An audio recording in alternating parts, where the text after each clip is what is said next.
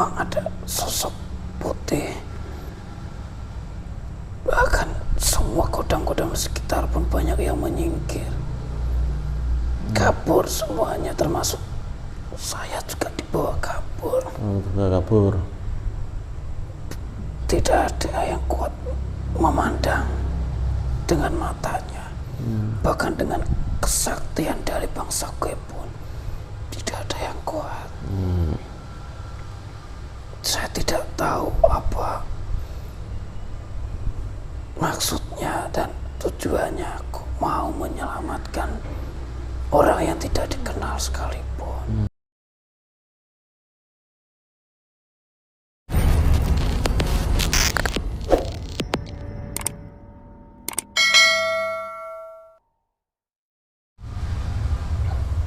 Assalamualaikum warahmatullahi wabarakatuh. Waalaikumsalam warahmatullahi wabarakatuh. Alhamdulillah, syukran nikmati, la haula wala quwata illa billahil. Alhamdulillah, jumpa lagi dengan kami Santri Matoh. Terima kasih untuk dukungan dan seluruh doa dari seluruh penonton di rumah. Alhamdulillah kami dalam keadaan sehat walafiat. Seperti biasa kita akan menguak sisi gaib dari suatu peristiwa dan diambil sisi positifnya. Jangan lupa dukung terus channel kami biar terus berkembang, dan juga dukung channel kami yang satunya dari Pak Debukan Matos Jagat. Ini juga mohon dukungannya biar terus berkembang. Dan ini kita kali ini akan melanjutkan video sebelumnya, masih berkaitan dengan kasus Bina Cirebon. Dan kali ini kita akan mencoba menghadirkan salah satu jin khorin si Eki, korban pembunuhan yang bersamaan dengan Vina Cirebon, yang kita coba undang salah satu jin khorinnya. Ini kan meskipun sudah meninggal dunia, ini khorinnya insya Allah masih ada di dunia ini, masih bisa kita mintai tolong mungkin aja kita ngobrol. Kita langsung aja kita lakukan mediumisasi dan akan saya netralkan terlebih dahulu untuk mediator Mas Asleh. Bismillahirrahmanirrahim. Sallallahu alaihi wasallam. Ini langsung aja saya bayangkan lewat foto. Tuh, bisa penarikan jin khorin. Bismillahirrahmanirrahim. Salah satu jin khorin almarhum yang meninggal dunia. Tuh, khorinnya saya persilakan masuk dalam tubuh mediator. Dan jika yang masuk itu ada suatu penyusup, langsung hancur lebur. Saya persilakan, saya undang kamu, saya mau hadir, langsung masuk tubuh mediator.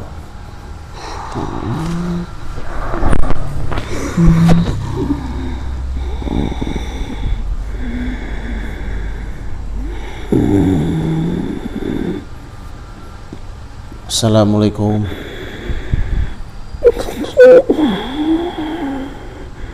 Kenapa kamu? Kayak sakit? Sakit semua. Nah, ini kamu masih bisa melek kan matamu? Bisa melihat kan? Bisa melek kan? Tidak. Hah? Saya sudah hancur. Hancur? Nah, ini apa benar kamu ini salah satu khorin dari si Eki, korban pembunuhan itu? Iya. Ya, itu khorinnya ada berapa itu? Ada 9. Nah, ini kamu yang bagian mana? Saya yang ada di otaknya. Otaknya. Kok bisa hancur? Ya, setelah saya keluar dari jasad, saya di sana dibuat mainan. Dan ini saya bantu dulu aja, saya bantu kamu. Juga lagi yang sudah meninggal untuk jasadmu. Bismillahirrahmanirrahim. Sempurnakan untuk jin khorin. Asyhadu an la ilaha illallah wa astaghfirullahaladzim. Rasulullah. Asyhadu an la ilaha illallah Muhammadur Rasulullah. Sallallahu alaihi Muhammad. Sallallahu alaihi Muhammad. Seluruh rasa sakitnya hilang, seluruh rasa hilang. Sallallahu alaihi sembuh. Sallallahu alaihi Muhammad. Sallallahu alaihi. Bisa dibuka matanya apa melek. Tahu.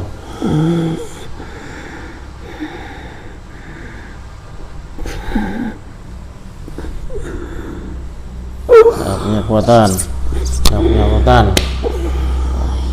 Mungkin sebelumnya kamu sering makan saripatinya karena tidak makan. Bismillahirrahmanirrahim, jadikan tenaga dan kor ini kuat, jadi kenyang, sekaligus punya tenaga, power.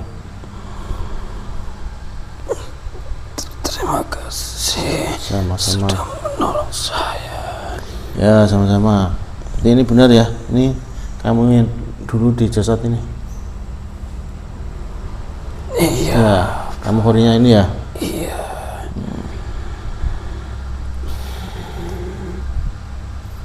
Tapi ini kamu percaya nih sama kori yang lain? Percaya. Yang lain.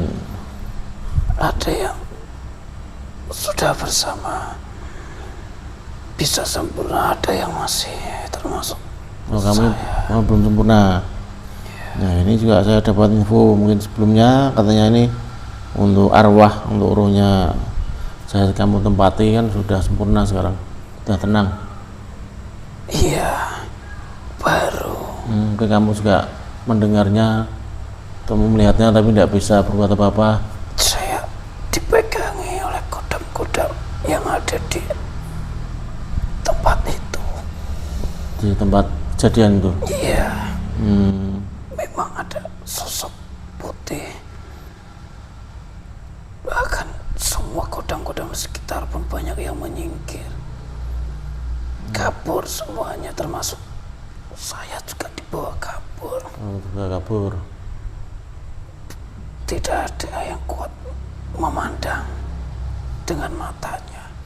Bahkan dengan kesaktian dari bangsa gue pun tidak ada yang kuat. Saya tidak tahu apa maksudnya dan tujuannya. Aku mau menyelamatkan orang yang tidak dikenal sekalipun. Ya mungkin kasihan lah, biar juga lebih tenang lah, kan udah 8 tahun tidak selesai kasusnya. Dan ini yang mau saya tanyakan sama kamu, apakah kamu termasuk salah satu yang masuk di mimpi bapaknya nih? Saya yang sering. Berupa suara, apa wujud? Saya hanya suara. Kalau untuk penampakan di dalam mimpi itu bangsa jin-jin yang lain yang ikut bersama saya, yang menyatu membentuk satu wujud dalam mimpinya. Gitu. Sampai sekarang pun, apalagi sekarang ketika kasusnya diangkat lagi, beliau menjadi teringat kembali, pikirannya menjadi kacau lagi. Bisikan-bisikan kepalanya mulai ada kembali sekarang. Nah, ini kan kamu sekarang udah enak kan? Ini mau saya tanyakan lah untuk kamu, selagi mendampingi ini jasad waktu hidup, apalagi kronologi saat pengejaran tuh, yang dikejar sama geng motor tuh. Itu kan kamu tahu tuh. Untuk yang hilangnya nyawa sampai diperkosanya Vina, jasad yang saya tempati tidak tahu. Karena mati terlebih dahulu. Oh gitu ya. Karena yang diincarkan memang jasad yang saya tempati. Yang diincar itu ya cuma untuk yang pacarnya itu hanya diikut-ikutan akhirnya itu ya. Iya. Ya akhirnya di sana yang tahu saya sebagai jin gorengnya, saya juga melihat memang benar pada saat itu memang hanya diperkosa saja, tidak ingin dibunuh. Karena kan si Vina kurang terlalu tahu tentang siapa-siapa orang itu. Tapi karena penutup matanya itu terlepas, akhirnya mau tidak mau harus sekalian dihilangkan nyawanya di tempat. Oh gitu. Nah ini yang saya tanyakan untuk DPO yang sampai sekarang belum ketemu lah. Nah, itu bagaimana itu? Apalagi ada yang satu ketangkap. Itu bukan pelaku utama yang ikut membunuh jasad yang kamu tempati. Iya, bukan itu bukan. Bahkan jasad yang saya tempati pun ketika sudah mati, dendamnya itu sangat luar biasa kepada 3 orang itu. Karena bagian yang membunuh tuh 3 orang itu, yang lainnya disuruh untuk sekalian menghabisi. Berarti utaknya 3 itu ya? Ya, ini yang paling utama tuh si Eki. Itu yang awalnya cekcok dan adu mulut dengan si Eki. Awalnya ya. Dan juga mungkin sebenarnya sudah ada dendam tertentu sehingga mungkin muncak. Sudah sejak belum ada kejadian pengejaran motor itu sudah pernah, karena memang antara geng dengan geng, kelompok dengan kelompok itu sudah.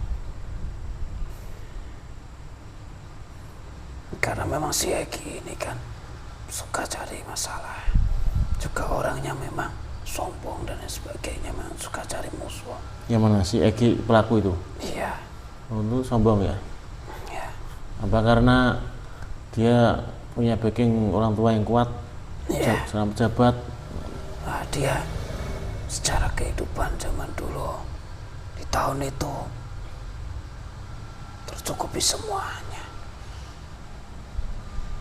bahkan bisa hidup bergaya pada zaman itu.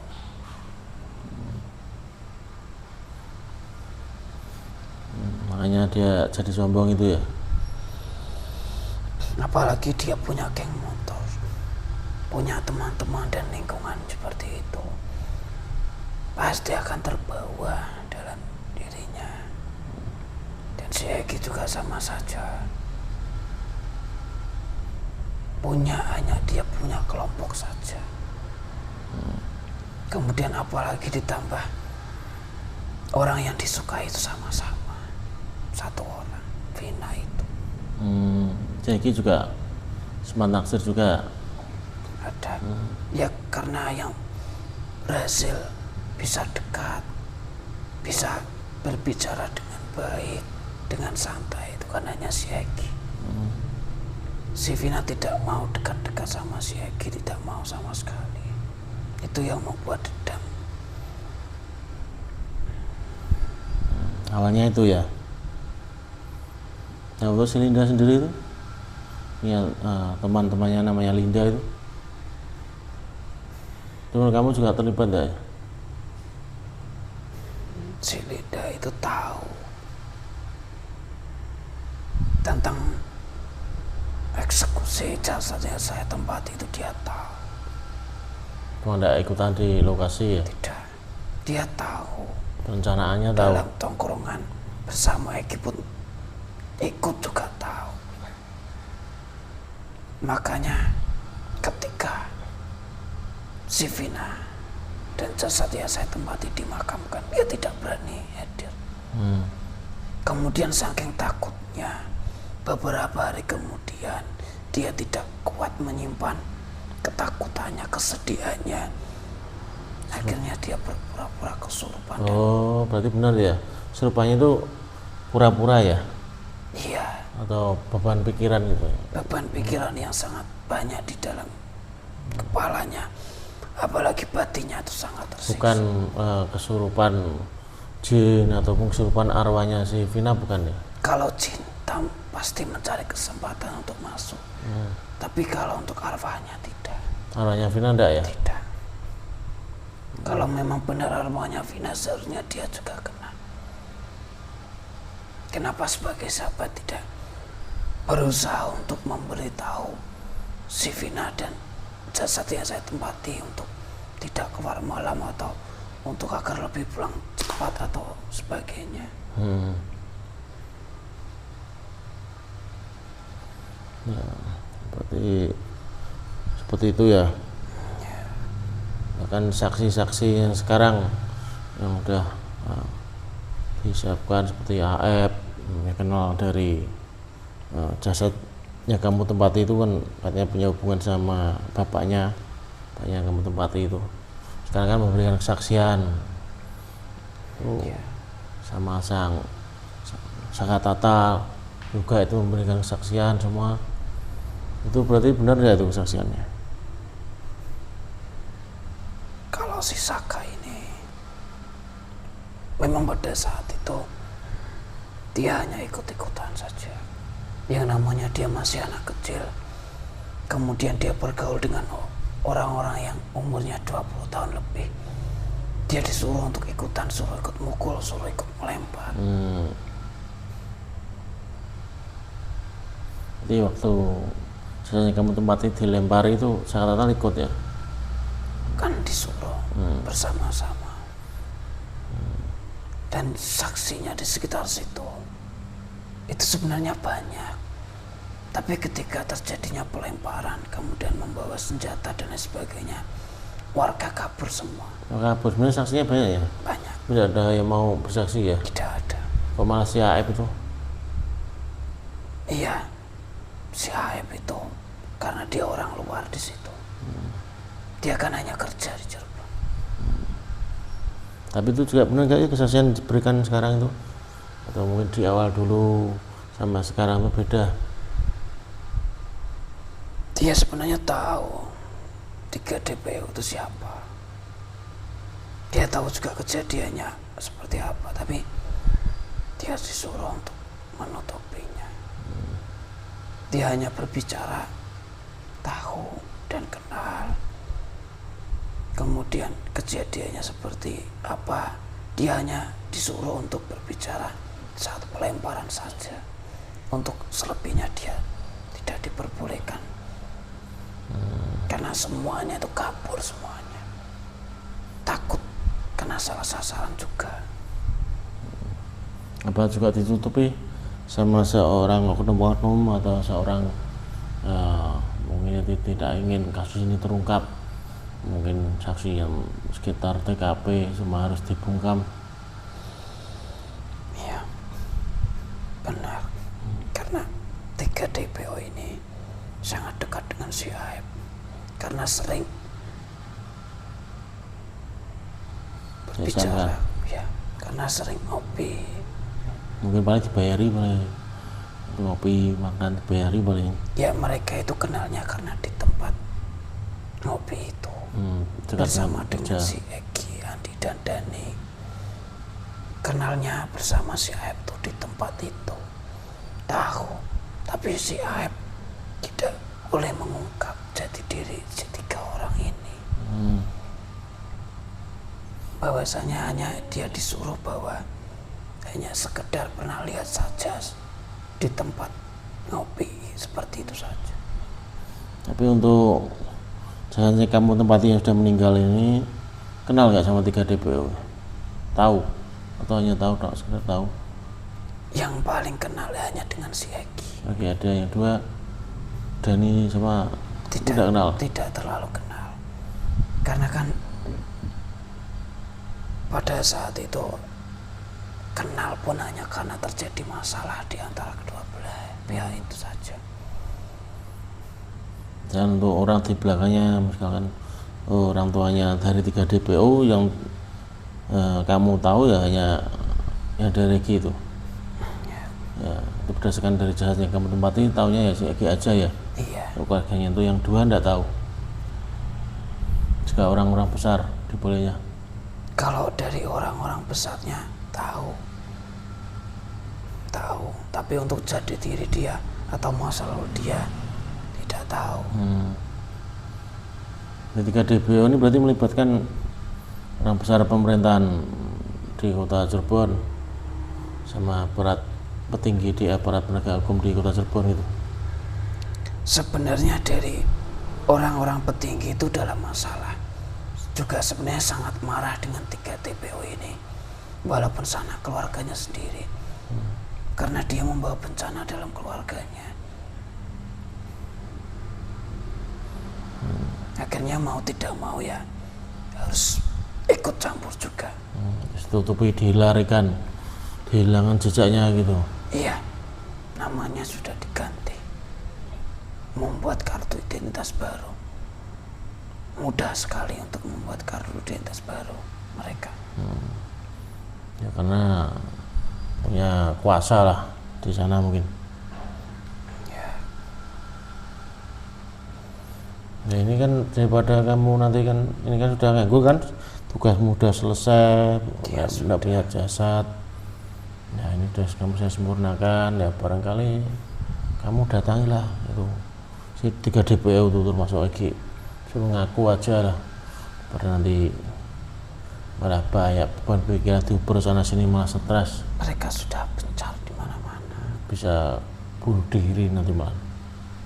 Ya, itu kalau tidak kuat nanti beban pikiran kalau dihantui selamanya lah bisa bunuh diri malah nanti. Sebenarnya mereka sudah tenang. Oh tenang malah. Sudah tenang, tapi karena kasus ini muncul kembali, sekarang mereka kebingungan lagi. Tapi dalam keluarga, 3 DPO itu masih dianggap sudah dicoret dari keluarga.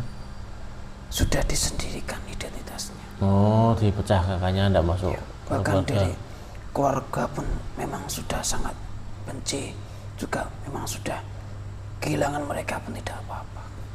Gitu. Ya karena kalau nanti masih terlihat berhubungan, sangat terancam kursi yang didudukinya. Tapi kan tetap berhubungan, misalnya ngasih bantuan uang lah mungkin. Iya, itu pasti. Kalau tidak seperti itu, nanti 3 DPO ini malah berbicara jujur. Nah itu malah enak untuk buat kamu, udah selesai kamu masuk aja. Ketika DPO itu pelaku itu masuk ke mimpinya kan kamu bisa punya kuasa masuk mimpi. Ya. Hantui aja itu pikirannya 3 DPO. Ya, Nah, coba ini saya dihantui terus. ya biar ngaku, biar menyerahkan diri pada pihak berwajib. Ya tapi si 4 orang ini bersama dengan si Linda itu akan selalu berputar-putar. Nah ya berarti hantu aja 4 orang ini, hantu terus aja karena ini biar Linda kesurupan beneran ya. Ya. Ya bikin ngaku. Ya. Jadi misalnya kesurupan biar kesurupan yang benar, misalnya Linda kesurupan benar ngaku, langsung nunjuk aja 3 DPO itu yang melakukan pembunuhan kan gitu. Ya sebenarnya dulu kalau Linda mau menutup mulut, kasus ini tidak akan muncul. Bahkan pihak berwenang sudah sesuai atau sudah menyelesaikan kasusnya dengan itu kecelakaan. Tapi karena si Linda ini sudah tidak kuat, saking takutnya, saking sedihnya, semuanya campur aduk, akhirnya dia mengatakannya lewat kesurupan itu. Ya ini enggak, mumpung katanya kesurupan ya, bikin kesurupan sungguhan aja ya, kamu bisa masuk kok. Ya, takuti terus dalam hidupnya ngaku. Kamu kan bisa wujud sama seperti si Eki, takuti terus aja. Toh yang penting kan udah sempurna untuk si arwahnya si Eki kan. Sempurna.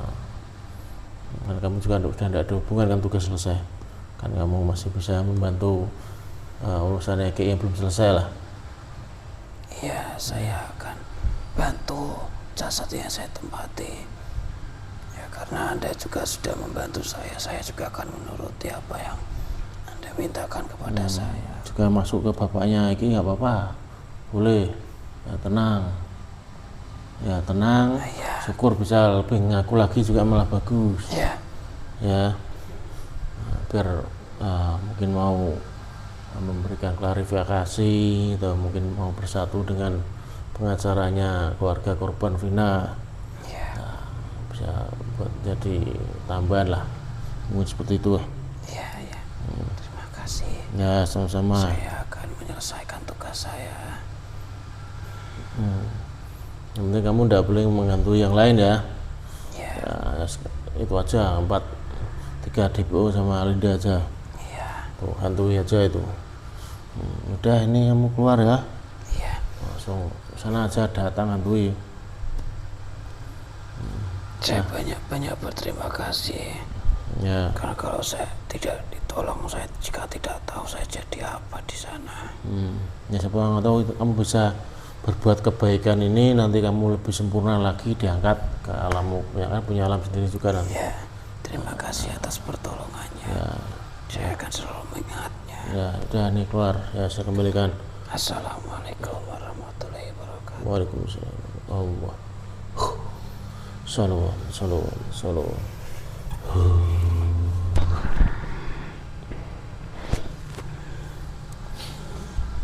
Alhamdulillah, kita sudah selesai mediumisasi dengan salah satu jin horin dari korban laki-laki dari kasus pembunuhan Vina Cirebon. Semoga apa yang disampaikan menjadi jawaban apa mungkin selama ini orang-orang jadi penasaran dan bisa menilai dan tahu tentang kebenaran atas kasus ini. Tapi juga sekali lagi saya mengingatkan untuk apa yang disampaikan di video tadi, di video ini khususnya, atau yang disampaikan dari jin horin tadi, bukan berarti saya menyuruh seluruh penonton untuk percaya ucapan 100%, enggak. Jadi bukan seperti itu. Ini hanya sebagai bahan untuk ambil sisi positifnya aja. Siapa tahu kasus ini bisa segera selesai dengan damai, dengan keluargaan, dan pelaku bisa dihukum seadil-adilnya. Nah, mungkin seperti itu yang bisa kami sampaikan. Mohon maaf bila ada kekurangan.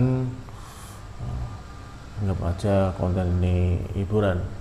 Akhirul kalam, wassalamualaikum warahmatullahi wabarakatuh. Waalaikumsalam warahmatullahi wabarakatuh. Mantap.